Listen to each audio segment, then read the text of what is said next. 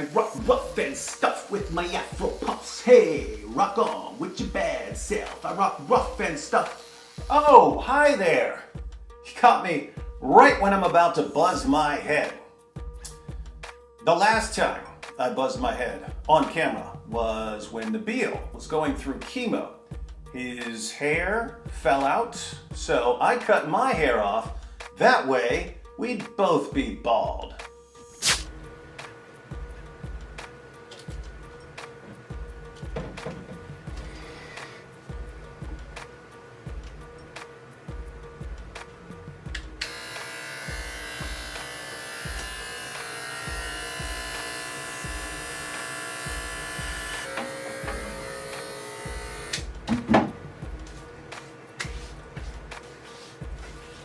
Hey, same clippers. So, why am I cutting these luscious Thor-like locks this time? Is it because some of you keep whining, telling me to cut my hair, posting in the comments section, "David, I'm a narcissist, so I think you have to cut your hair when I tell you to"? Not at all. In fact, if I had listened to you walking cry face emojis, I wouldn't be able to make this epic video.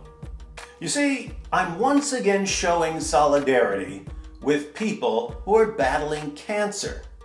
But this time, it's because a demented cult leader has declared that any child who puts on a wig because she got sick and her hair fell out will be cursed by God.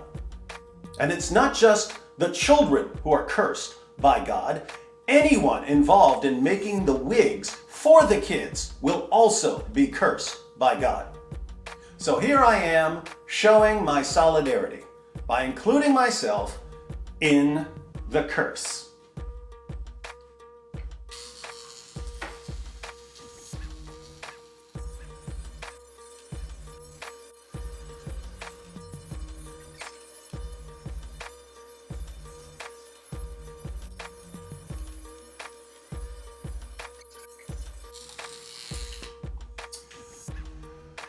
There are organizations like Locks of Love and Wigs for Kids that accept hair donations. You send them your hair, and they use the hair to make wigs for children whose hair fell out because of chemotherapy or because of some illness.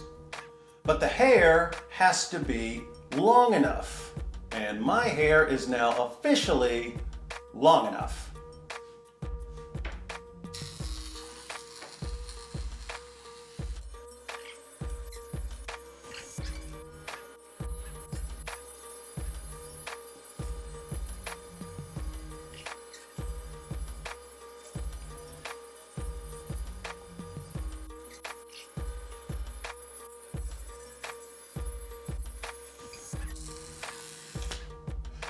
Oh, I don't want you to get bored watching me cut my hair, so let me read to you a bit.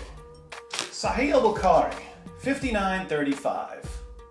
Narrated Asma, the daughter of Abu Bakr, a woman came to Allah's messenger and said, "I married my daughter to someone, but she became sick and all her hair fell out. And because of that, her husband does not like her. May I let her use false hair?" On that, the Prophet cursed al-Wasila, a lady who artificially lengthens her or someone else's hair, and al-Mustawsila, a lady who gets her hair lengthened artificially. So, this woman wants to put a wig on her daughter. But Muhammad curses any woman who provides a wig for her daughter, and he curses any daughter who wears a wig. Sahih al-Bukhari, 5940. Narrated Ibn Umar, the Prophet has cursed the lady who lengthens her hair artificially, and the one who gets her hair lengthened, and also the lady who tattoos herself or others, and the one who gets herself tattooed. Some children get cancer. Chemotherapy causes their hair to fall out. Those kids are already going through a lot, so their parents often get wigs for them. They don't want their kids to be embarrassed. Muhammad curses the parents and the children.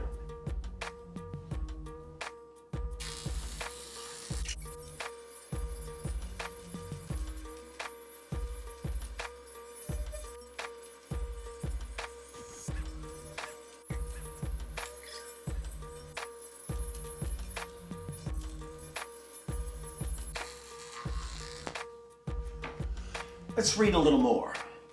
Riyad as-Salihin 1642.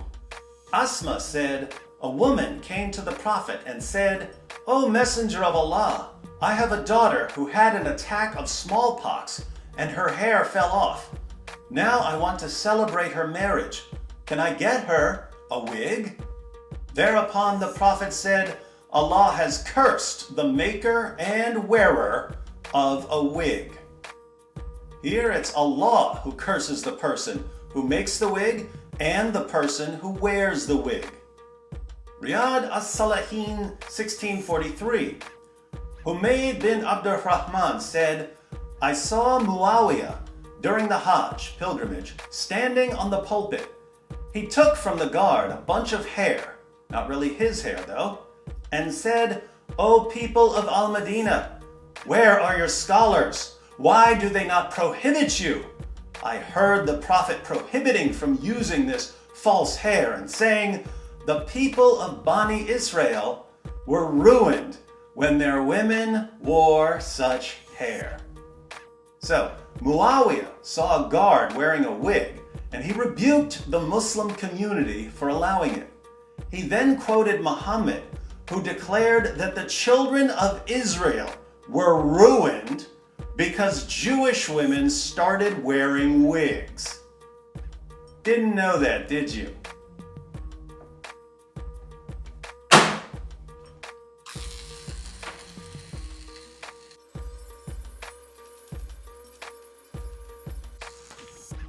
There are tons of these passages in the Muslim sources where Allah and Muhammad curse people who make wigs and people who wear wigs, even if the people wearing the wigs are just wearing them because they got sick and their hair fell out. But you may be thinking, well, David, perhaps Islam just doesn't want people modifying their appearance. Oh, really? Then how do you explain Sahih al-Bukhari 3462? Narrated Abu Huraira, Allah's messenger said, the Jews and the Christians do not dye their gray hair, so you shall do the opposite of what they do, i.e., dye your gray hair and beards. Sunan an-Nasai 5245. It was narrated that Ubayd said, I saw Ibn Umar dyeing his beard yellow, and I asked him about that. He said, I saw the Prophet dye his beard yellow. So, Muhammad and his companions would dye their gray hair so they could look young.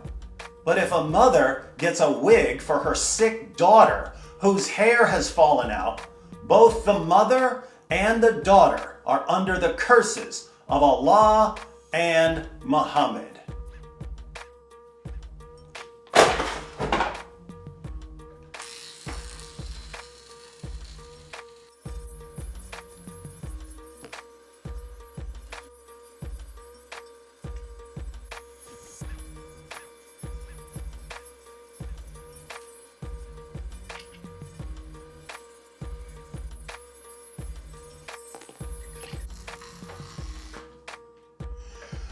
All right, I'm sending this hair off to be made into a wig for a sick child. And because I'm doing this, I'm under the curses of Allah and Muhammad. I guess I can add those curses to the other 487 curses I'm under, according to Islam. Why does anyone still take this guy seriously?